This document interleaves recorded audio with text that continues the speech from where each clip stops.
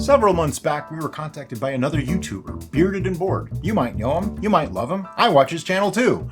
And, well, he wanted to test something. So he wanted to use one of our recipes, make a mead, oak it using various woods from Barrel Char Products, like you saw us do a few weeks ago. And then he wanted to age those himself and send them to us and see what we thought of it. Well, we did a little Zoom meeting that I think he's showing bits and pieces of just to collaborate on this, and we just thought this was a really cool idea.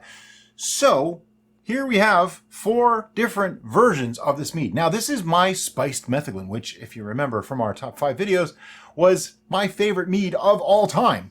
My absolute favorite mead that I've ever made. What? Well, it was. I'm allowed to laugh. And what he did is he used 4 different woods, well, 3 different woods, and this one is plain. So we have a control. Let me put the control on the end. That makes sense. It's the little baby one. So we have a control, then we have a charred white oak, we have a toasted European chestnut, and then we have a toasted cherry. Now these got a little jostled around in transit, and they have been going since January 6th of 2021. So they're like 6 months on the wood right now, and the wood is actually still in the jars. I found that interesting, but he shipped us the wood too. So guess what? I'm gonna dry those suckers out and reuse them. Ha! Anyway, all of them are clear except for the toasted chestnut, and he told me that for some reason that just would not clear. He did not know why. So what I'm gonna do is pour a little bit from each of these into the glass, and that way Derek and I can have tastes, and we have our bubble mugs for water breaks in between, like now.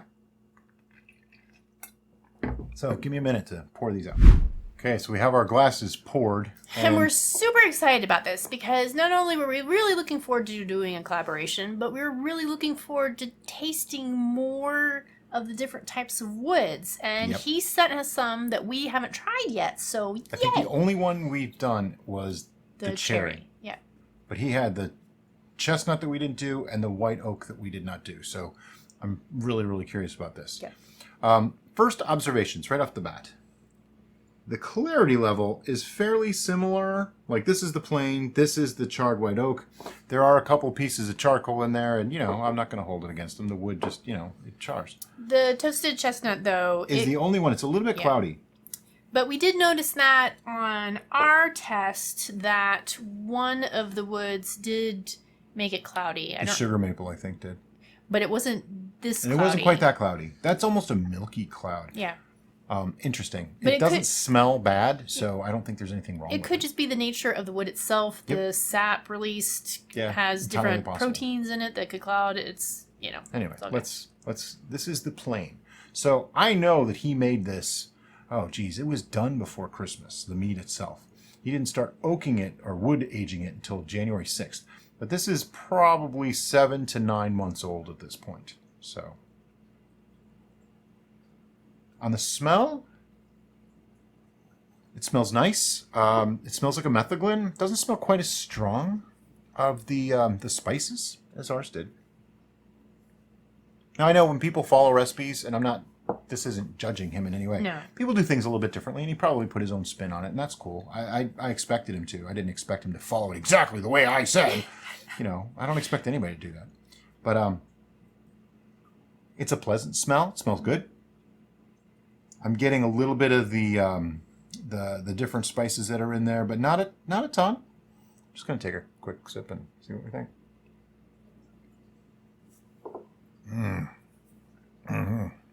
That's good. Yep. More honey forward than mine was.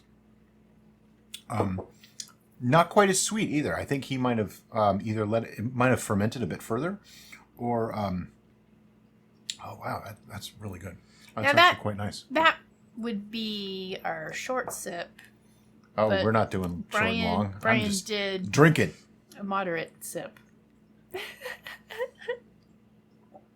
That's nice. Yeah, I was getting a good amount of complexity for science. Yep. A little more honey flavor than I remember in mine. A little less spice notes than I remember in mine. Nothing wrong with that. Just it's all in the different honeys, different spices can react differently. Leave them in for a day longer or a different temperature even. I know he's in Texas, so his temperature might have been different, and I think This all came about during that weird cold snap that they had, so he may yeah. have had issues with that for Yeah. temperature. I think he told me something about that, so I didn't want to, not to put too fine a point on it, but it just shows that the same recipe, different environments can come out different. But we can make the same recipe it happens in to us our sometimes. environment, and it comes out completely different. Yeah. Now this one is the charred white oak. Oh, wow. Right off the bat on the smell, it's different. So totally different. I'm getting wow. more vanillin notes, a little of a fresher, like almost a wintergreen kind of smell. Yeah. So just charred white oak. So this, I'm guessing this is American oak, which is one we didn't do. Did you taste it? I did not taste it. I'm going to have some water. Oh, yeah. Water break.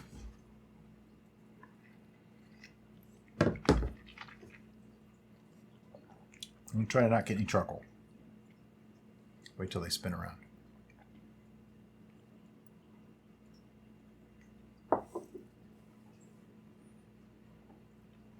Wow.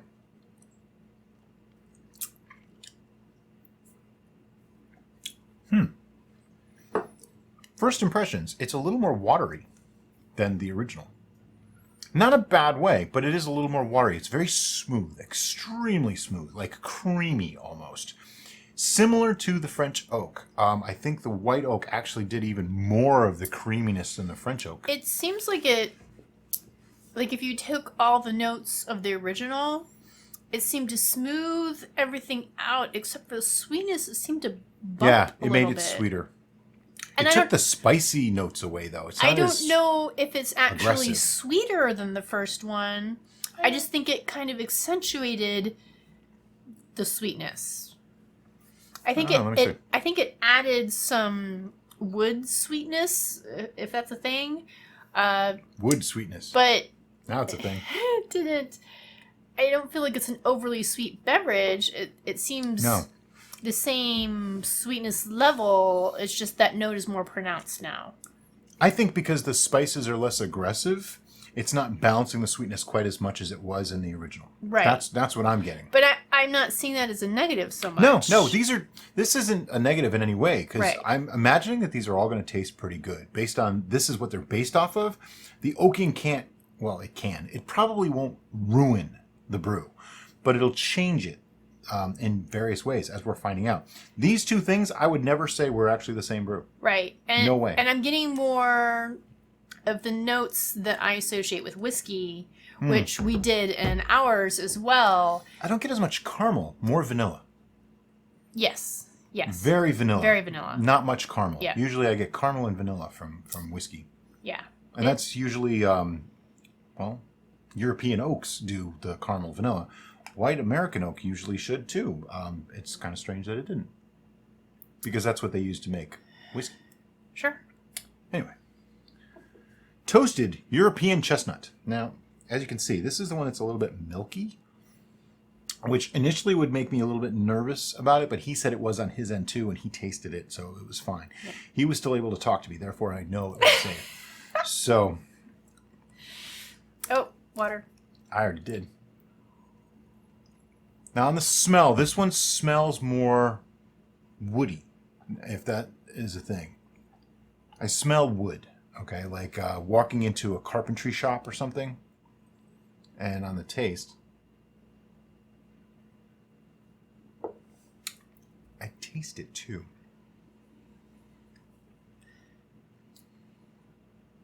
You see what I mean about like smelling like planed or sanded wood? It smells like somebody was woodworking in the vicinity, and I taste it in the brew. It's not unpleasant, but it's not my personal choice. I don't think I would really want to drink a lot of that one. It just isn't my taste. It tastes like a fine mead. It's reminding me of a library. Yeah.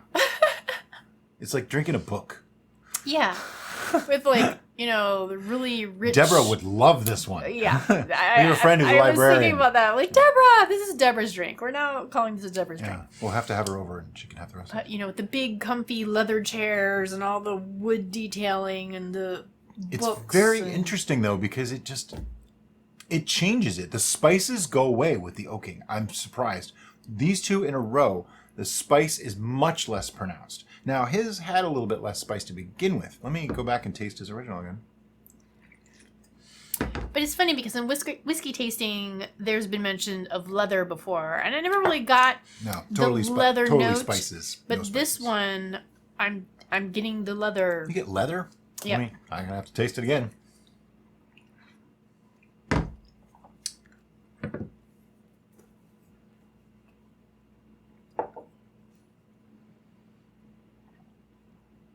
I see what you're talking about.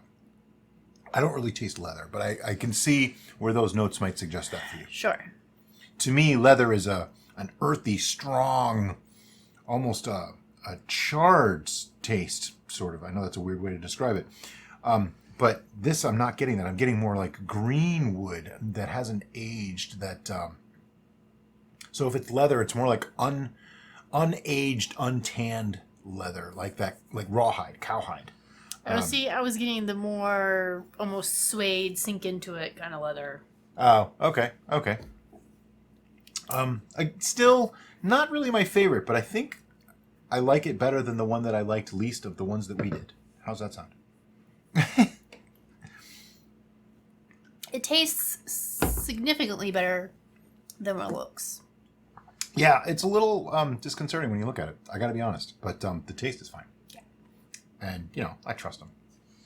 Toasted cherry. Now this one we did. We did toasted but we cherry. did not do this with a metheglin. Right. We just did it with our basic mead. Right. I pretty much can already tell what this is going to do. It's going to mellow it out, really smooth it. I had our cherry the other day, and it was just really, really good. Not quite as good as the French oak, but very, very good.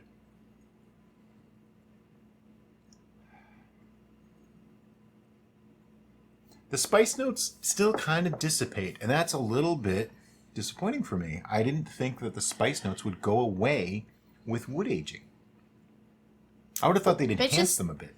It's so interesting to me scientifically how they're so very different. Even in the aroma, it's like you're getting the sweetness, but there's something else with this, and then you're getting more. I'm getting more spice forward in this one. Yes.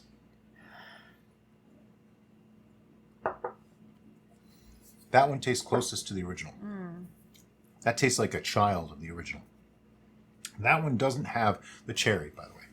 Doesn't have the overall spiciness, but it's still there. It also doesn't have as much of the honey tang kind of thing going on. It's more balanced. It's more smooth. That, to me, that's the best one. The cherry. Yeah, I don't really get a strong honey until the end. The ending, I'm like, oh, there's the honey. But to me, that's the best representation of a metheglin. I get the sweetness up front, but it doesn't read honey. Oh, okay. Until the end, and then it's like, oh, that sweetness came from honey. And that is really interesting to me because normally when I get a honey note from a mead, it tends to be forward or mid-forward. It's very rarely on the end. Yeah, you're right. It's not in the beginning. It's sweet. Yes. But not honey sweet. Right. Like I said, it took the honey tang down a bit. It's not as tangy. Still very full. They're all a touch waterier than the original, which is very interesting to me. It did not add to mouthfeel. It actually took just a touch away. And I think that's the extra spices. When you oak that, it might mellow it all a bit more, so it comes out more sweet. They all taste a little bit sweeter than the original, by the way. The spices and sweet are battling each other in the original, which is what I like about it. It's almost an aggressive thing. The cherry, though, is the closest to this, I think. Overall, just so you guys are aware, Bearded did an awesome job. This is fantastic stuff. This is really, really good. I hope he's enjoying it. And as he's watching this, he's tipping a glass back and all that, because he did a really good job with this. And I was afraid, I got to be honest, 6 months on the wood. Oh, yeah. We were like, what? He's still got the wood in there? It's going to be a wood bomb. But no, it's not. Really good. And it really displays the differences. His cherry did something that I was expecting expecting to get from cherry that we didn't get from ours. And that's making me think that perhaps leaving it longer on the cherry specifically is going to get that note that you, as a viewer, may be wanting to get out of a cherry aged mead. Now I have to try this again. And we'll let Brian taste it before I say what that note is.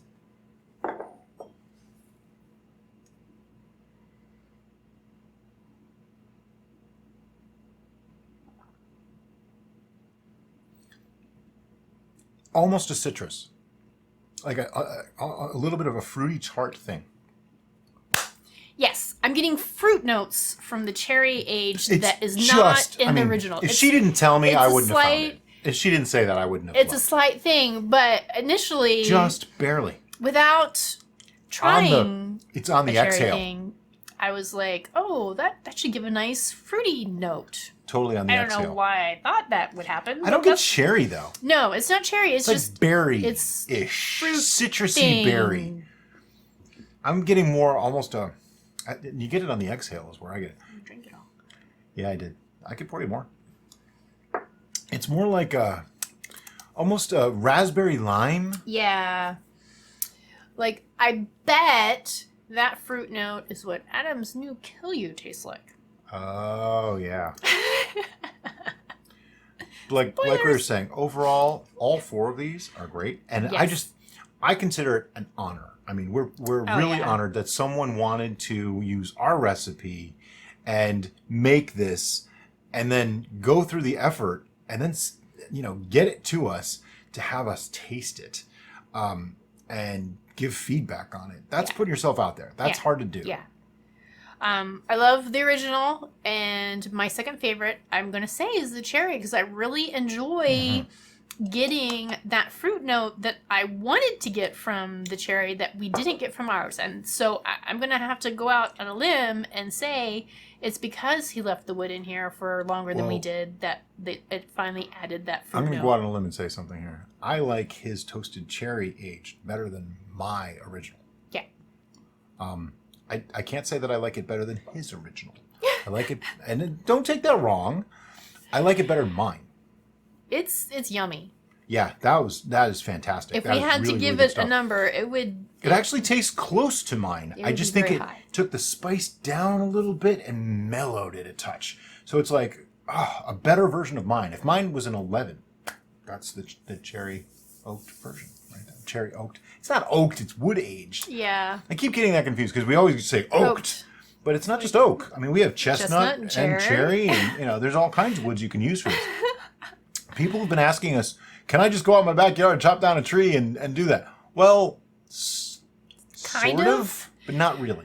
The reason being is that some saps in some types of wood are actually poisonous to Right. humans. So if that is the case of particular wood you're using to age your mead, then no, please don't drink that. Now, I know Ken at Barrel Char, he actually orders wood samples that have been aged, like they've been sitting from European forests and things like that. Yeah.